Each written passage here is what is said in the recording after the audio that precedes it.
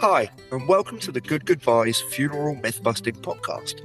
On the show, you will hear us, your hosts, Simon, a funeral director, and Tina, an independent celebrant, chat about all things funerals, death, and dying to help you navigate the planning of your good goodbye for yourself or the people in your lives.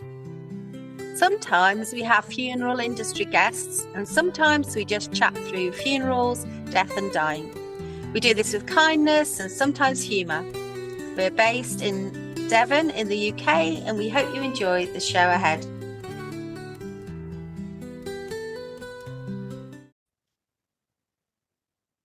Hello, and welcome to Good Goobyes with me, Si. And me, Tina. We're going to talk a bit today about unattended funerals, and I'm not going to use the term direct cremation here because obviously unattended funerals covers everything. And in direct cremation, we have got an episode on previously, which is well worth a listen. But this is about what happens. What does it mean if you decide not to go to the funeral? Yeah, or if you decide you want a funeral which no one is going to attend. Absolutely. So I think the important thing to start with, and it's something that I'm a great believer in, and any of my funeral director colleagues that listen to this would probably agree hands down with, is the care of the deceased at the funeral directors does not change. I think that's really important. Still treated with the same dignity, same respect. In our case, we still dress the deceased in their own clothes. People can still come and visit. The way I see it, everything we do here is the same, but there's no one there on the day, and that's my that's my cutoff. I don't feel that anything I do prior to the day of the funeral should be any different at all.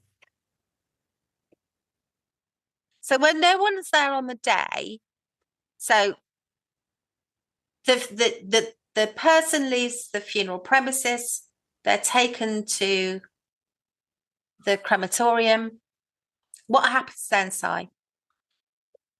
So it depends on a number of factors, really. Some funeral directors will not use a ceremonial vehicle.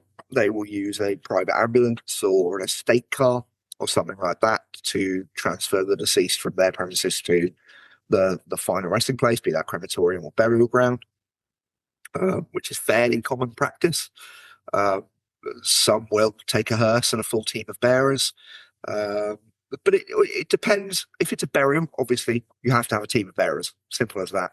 If it's a cremation, you don't necessarily have to.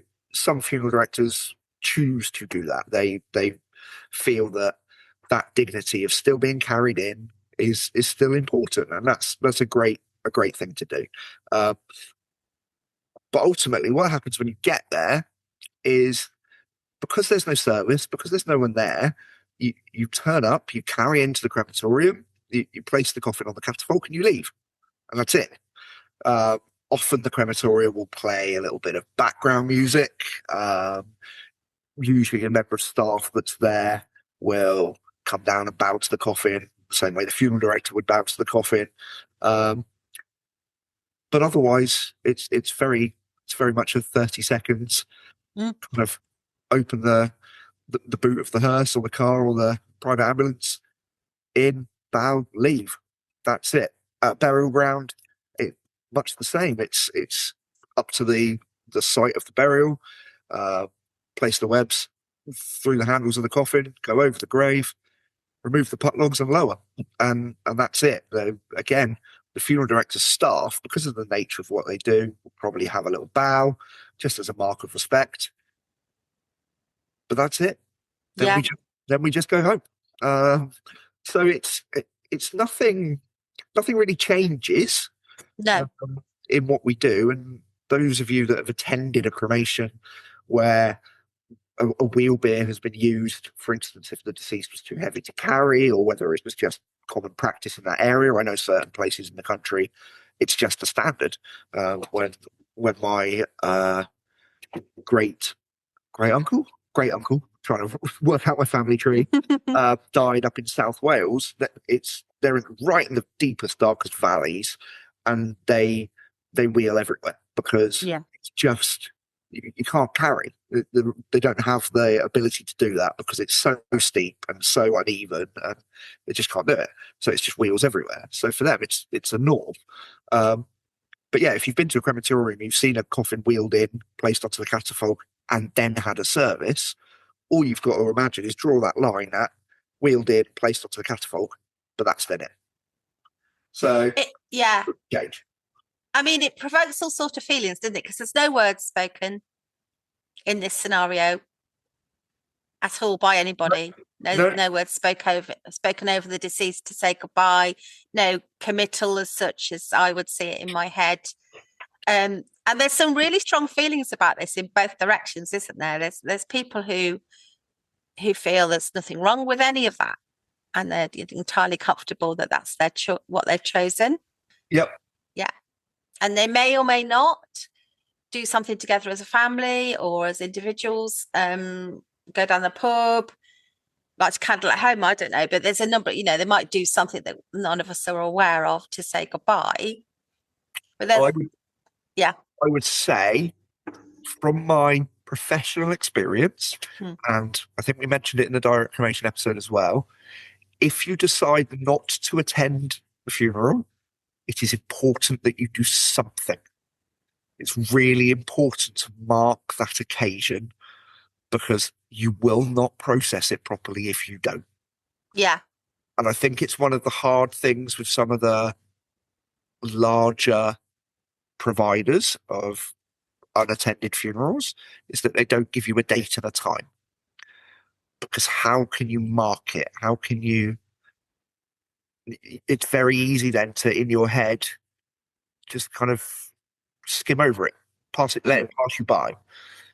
We give all of our clients the option of knowing the date and time, and it's exactly as Tina said. It's light a candle, it's have a cup of tea, it's raise a glass. I've had families who have had a glass of prosecco at 8:15 in the morning because that's what time the cremation was, but that's what they wanted to do. I think it's important you mark it. I think people will come to regret doing nothing at all. Yeah. And there are some really strong viewpoints out there about this method of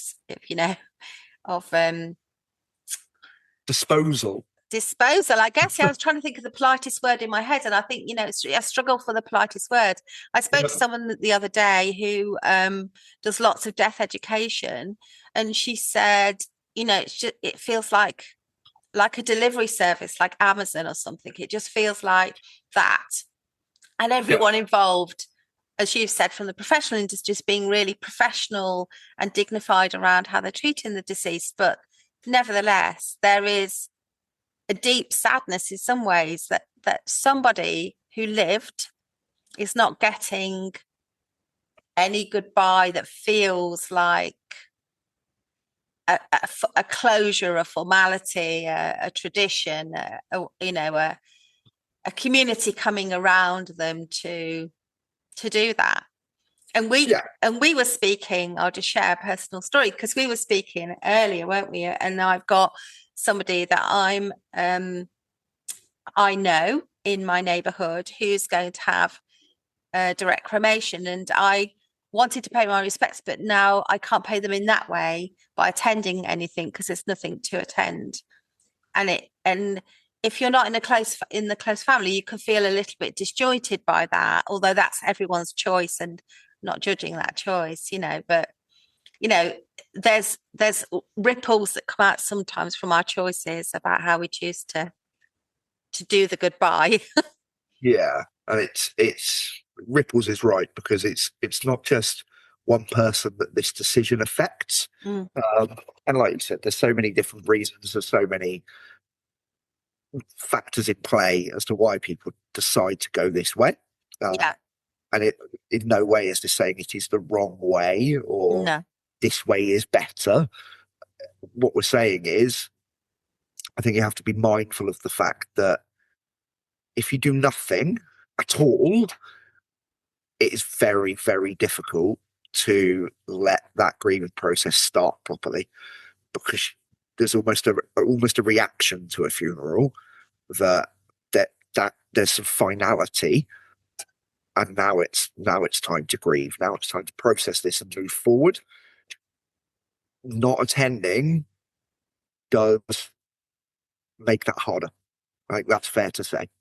Yeah, I would agree with that completely as a nurse. And also as a celebrant, what I observe is the act of going to a funeral does everything you've said, Simon, gives a sense of closure, collective grieving. You know, when a community gets involved, people turn up and the family is surprised. And this person might say to them, I worked with your father 20 years ago.